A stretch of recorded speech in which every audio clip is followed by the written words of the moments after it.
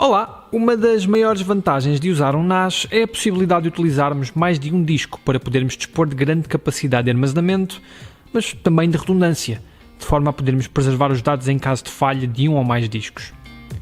Neste vídeo vamos explicar a diferença entre os diferentes níveis RAID e quais devemos, ou não, usar de acordo com os cenários de utilização.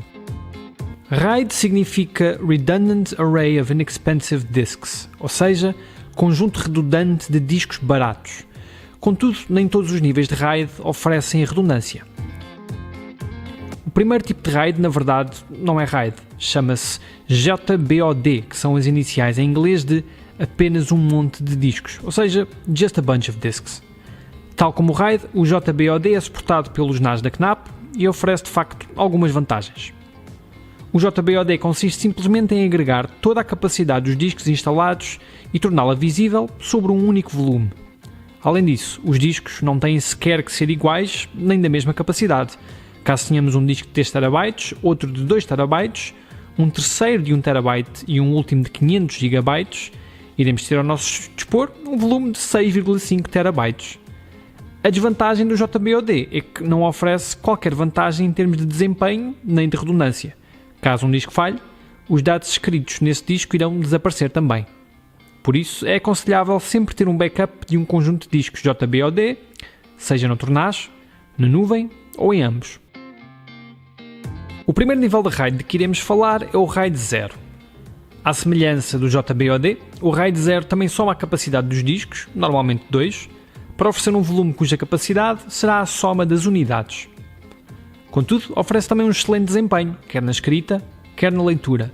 Isto porque o RAID 0 usa uma técnica chamada Disk Stripping, em que os dados são subdivididos em segmentos consecutivos, stripes ou faixas, e depois escritos sequencialmente através de cada um dos discos do conjunto. A desvantagem do RAID 0 é a sua falta de resiliência. Aliás, neste aspecto, o RAID 0 é ainda pior do que o JBOD, uma vez que a falha num dos discos provoca a perda dos dados de todos os discos do conjunto. Nos NAS da Knapp, um cenário interessante para a utilização do RAID 0 é na configuração da cache de SSD. Caso o nosso NAS possua 2 ou mais unidades de SSD, e uma vez que os SSDs modernos são bastante fiáveis, podemos configurá-los em RAID 0 para acelerar o desempenho do nosso sistema. Se o nosso NAS possuir apenas 2 baías, o RAID 1 é provavelmente a melhor opção. Comparativamente ao RAID 0, o RAID 1 tem a desvantagem de oferecer apenas a capacidade equivalente a metade dos discos instalados, ou seja, no caso de termos 2 discos de 1 TB, por exemplo, o armazenamento, o espaço de armazenamento de que iremos dispor, é de apenas 1 TB e não de 2. No RAID 1, os ficheiros são escritos simultaneamente, mas de forma duplicada ou espelhada em ambos os discos. Na prática, isto oferece 2 vantagens. A primeira é que a velocidade de leitura é duplicada, uma vez que o sistema pode ler partes do ficheiro simultaneamente a partir das 2 unidades. Mas a maior vantagem é a resiliência do sistema, pois a avaria de um disco permite recuperar toda a informação a partir do segundo disco, dado que os ficheiros foram duplicados em ambas as unidades. Em NAS que possuam 3 ou mais baías, o RAID 5 é provavelmente a melhor opção. A capacidade total de que dispomos num conjunto RAID 5 é igual ao total da capacidade dos discos menos 1. Ou seja, se tivermos um RAID 5 com 4 discos de 1 TB, a capacidade disponível no final será de 3 TB.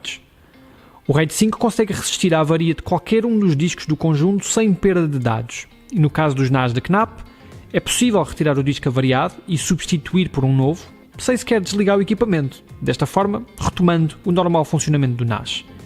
Esta resiliência é conseguida através de uma técnica que consiste em gravar a informação de paridade dos dados através de todos os discos.